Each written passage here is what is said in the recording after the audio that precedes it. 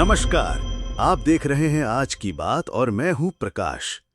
दोस्तों जरा सोचिए, अलास्का की बर्फीली ठंड में जब पूरी दुनिया कांप रही थी, तब दो ऐसे नेता आमने सामने बैठे थे जिनके इशारों से आज भी विश्व राजनीति का तापमान तय होता है।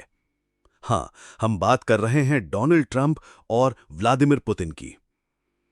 3 घंटे चली ये मीटिंग और नतीजा, ट्रंप का एक liner, no deal until there is a deal. मतलब बात हुई है, प्रगति हुई है, लेकिन अभी कोई फाइनल सुलेह नहीं। लेकिन दोस्तों, राजनीति में शब्दों से ज्यादा मायने होते हैं संकेतों के, और इस बैठक से कई ऐसे संकेत निकले हैं जो भारत के लिए बेहद अहम हैं।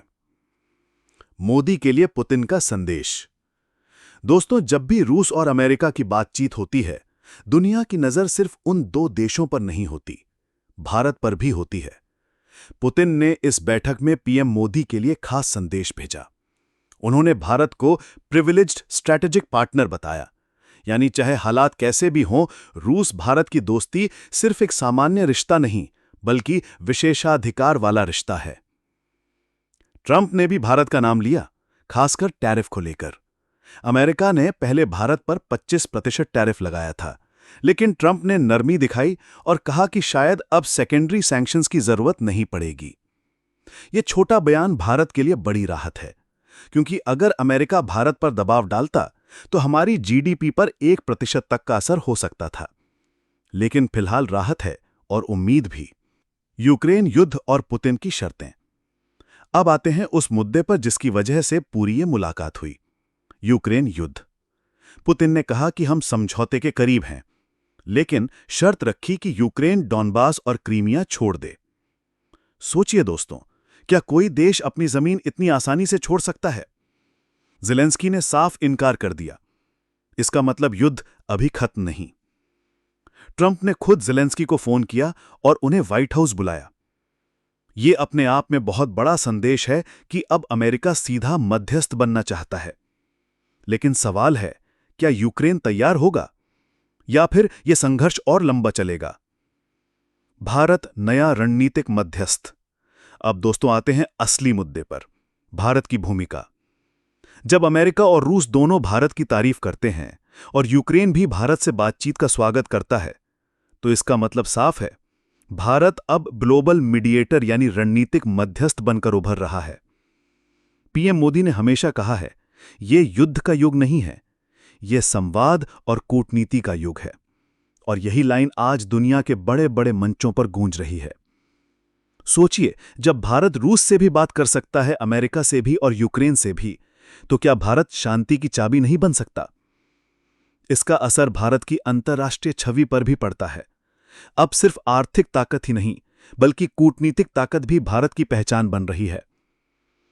भारत की अर्थव्यवस्था पर असर। दोस्तों, अब बात करते हैं आर्थिक पहलू की। अगर अमेरिका रूस पर नए टैरिफ लगाता तो भारत को भारी नुकसान होता। क्यों? क्योंकि भारत दुनिया का तीसरा सबसे बड़ा तेल आयातक देश है और रूस से सस्ता तेल खरीदकर ही भारत अपनी अर्थव्यवस्था को स्थिर रख पा रहा है। अगर टैरिफ बढ़ता तो भारत की जीडीपी पर 1% तक का झटका लगता। लेकिन फिलहाल ऐसा नहीं हुआ, यानी भारत को अभी राहत है। इसका मतलब है कि मोदी सरकार ने जिस बैलेंस्ड डिप्लोमेसी की राह चुनी है, वो काम कर रही है। न रूस को छोड़ा, न अमेरिका को नाराज किया और न ही अपनी अर्थव्यवस्था पर असर पड़ने दिया। वैश्विक राजनीति में भारत की नई पहचान। आज की दुनिया में भारत सिर्फ एक दर्शक नहीं, बल्कि निर्णायक खिलाड़ी बन चुका है। चाहे क्वाड हो, ब्रिक्स हो या G20, हर मंच पर भारत की आवाज गूंज रही है। ट्रंप और पुतिन की मुलाकात में भारत का नाम आना यह दिखाता है कि अब बिना भारत के कोई बड़ा फैसला संभव नहीं। यह वही भारत है जो कभी नॉन अलाइंड मूवमेंट का हिस्सा था, लेकिन आज मल्टी अलाइंड पावर बन चुका है, यानी सभी के साथ दोस्ती, लेकिन अपने राष्ट्रीय हितों से समझौता नहीं। यह है नया भारत, जहां विदेश नीति सिर्फ किताबों में नहीं, बल्कि जमीन पर असर दिखा रही है। जनता के लिए असली मायने। दोस्तों, अब सवाल उठता है कि आम भारतीय के लिए यह सब क्यों मायने रखता है?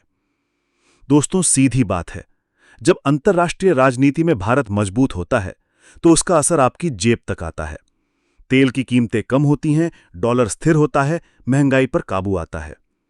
अगर भारत अमेरिका और रूस दोनों से रिश्ते अच्छे रखता है तो हमें दोनों तरफ से फायदा मिलता है। रूस से सस्ता तेल, अमेरिका से टेक्नोलॉजी और निवेश, यानी भारतीयों की रोजमर्रा की जिंदगी पर सीधा असर। तो ये मुलाकात सिर्फ ट्रंप और पुतिन की नहीं थी, ये आपके भविष्य, आपके बजट और आपकी सुरक्षा से भी जुड़ी हुई थी। दोस्तों, इतिहास हमेशा गवाह रहा है कि जब दुनिया दो हिस्सों में बटी तो एक तीसरा रास्ता हमेशा भारत ने दिखाया। आज फिर वही दौर है। अमेरिका और रूस टकराव में हैं, यूक्रेन और यूरोप जल रहे हैं, और इस बीच भारत शांति, संवाद और विकास का संदेश लेकर खड़ा है। यही है भारत की असली ताकत, शक्ति और शांति का संतुलन। ट्रंप और पुतिन की इस मुलाकात ने दुनिया को यह एहसास दिला दिया है कि बिना भारत के कोई भविष्य की तस्वीर अधूरी है। तो याद रखिए, जब दुनिया संघर्ष में उलझी है, भारत समाधान की तलाश में आगे बढ़ रहा है। यही है न्यू इंडिया की डिप्लोमेसी। अगर आपको हमारे वीडियो पसंद आते हैं तो चैनल को लाइक करें, शेयर करें और सब्सक्राइब करके हमारा हौसला बढ़ाएं।